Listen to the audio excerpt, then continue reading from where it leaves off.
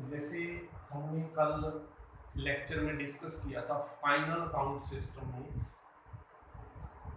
उसमें मैंने आपको कल बताया था कि जब आप ब्रांच का ट्रेडिंग अकाउंट बनाते हो और प्रॉफिट एंड लॉस बनाते हो तो उसमें हमने कॉस्ट प्राइस दिखानी होती है।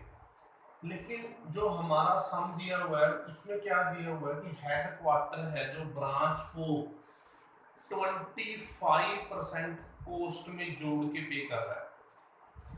कहने का मतलब क्या है कि मान लो कोई चीज 100 रुपए की है, उसमें 25% प्रॉफिट जोड़ दिए तो वो चीज 125 की बन रही है। कितने की बन रही है जी? 125 की। 125 के पीछे कितने के प्रॉफिट बन रहे हैं? 25 के। तो अगर हम कैलकुलेट करेंगे तो अब 25/125 लगा के करेंगे तो हमें क्या दिया हुआ है? 11,000 रुपए का ओपनिंग स्टॉक दिया हुआ है। किसके पास पड़ा था जी? ब्रांच के पास। तो अब इसमें से, लेकिन इसमें प्रॉफिट जुड़े हुए हैं, इसमें हमने क्या दिखाना है? इसको कॉस्ट प्राइस पे। तो इसीलिए हम क्या करेंगे? 11,000 इंटू 25 बाई 125 करेंगे तो 2200 आ जाएगा। तो हमने ओपनिंग स्टॉक में से 2200 माइनस कर देना है। ये कितना आ जाएगा जी? 8800। इसी तरह ब्रांच को जो गुड्स हेडक्वार्टर ने सेंड की उसमें भी प्रॉफिट छुपा हुआ है, इसको भी हम इसी तरह से कैलकुलेट कर लेंगे। इसका मतलब इसमें 4,000 रुपए का प्रॉफिट छुपा हुआ है और इसको हम दिखा देंगे 20,000 में से 4,000 माइनस करेंगे तो ये कितना आ जाएगा? 16,000। इसी तरह जो ब्रांच है उसने 300 रुपए की गुड्स किसको वापस की है? हेडक्वार्टर को। लेकिन वो इनवॉइस प्राइस थी, उसको भी हम कॉस्ट प्राइस पे लेंगे। जब हम उसको कॉस्ट प्राइस पे लेंगे तो ये कितना आ जाएगा? 240। कितना आ जाएगा जी? 240। तो कहने का मतलब क्या है?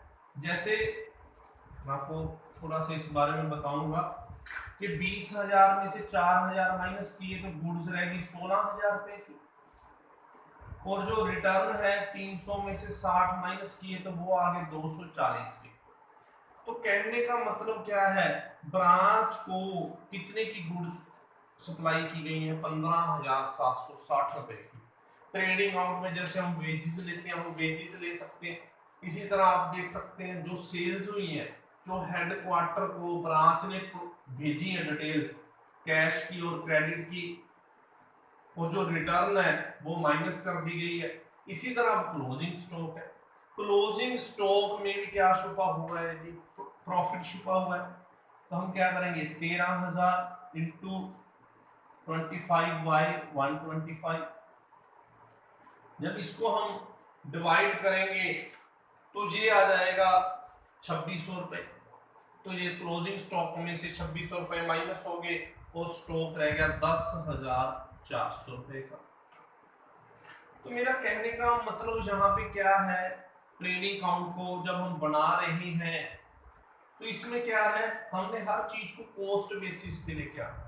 किस बेसिस पे जी? कॉस्ट बेसिस पे। अब हम इस साइड का जोड़ लगा लेंगे, फिर हम ये वाला इसमें से माइनस करेंगे।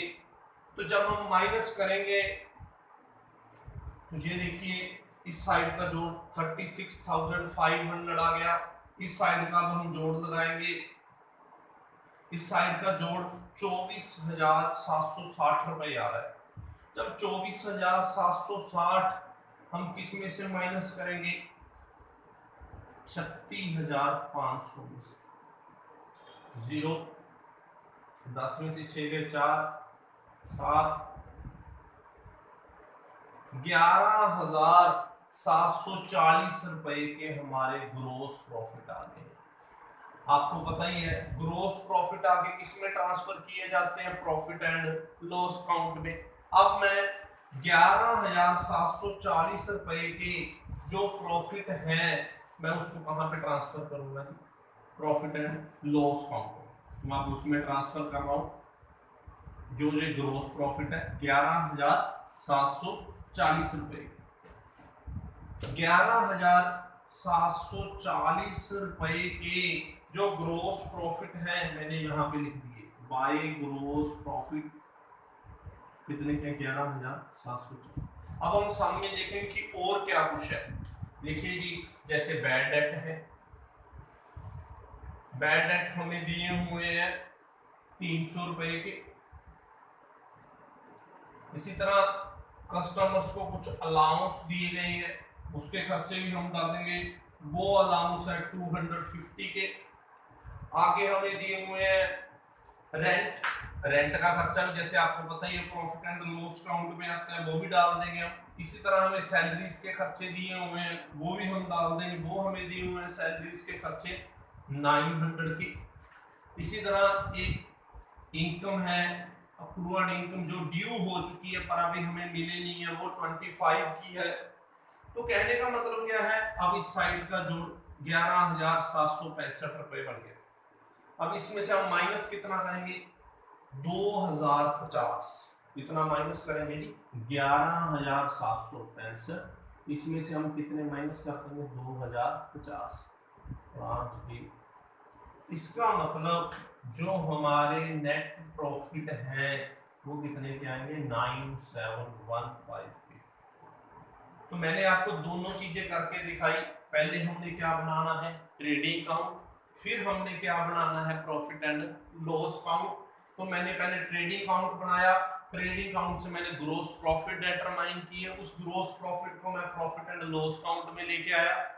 और उसके बाद इनडायरेक्ट खर्चे थे जैसे बैड डेट का, रेंट का, सैलरीज का, उन खर्चों को मैंने कंसीडर किया और मैंने क्या निकाल दी उस ब्रांच के नेट प्रॉफिट। तो कहने का मतलब क्या है, final account system trading count profit and loss count दोनों को बनाता है। ट्रेडिंग काउंट में हम डायरेक्ट खर्चे लेते हैं और प्रॉफिट एंड लॉस काउंट में हम इनडायरेक्ट खर्चे लेते हैं। इस तरह हम फाइनल काउंट्स के जो सम है हम उनको सॉल्व कर सकते हैं। Thank you.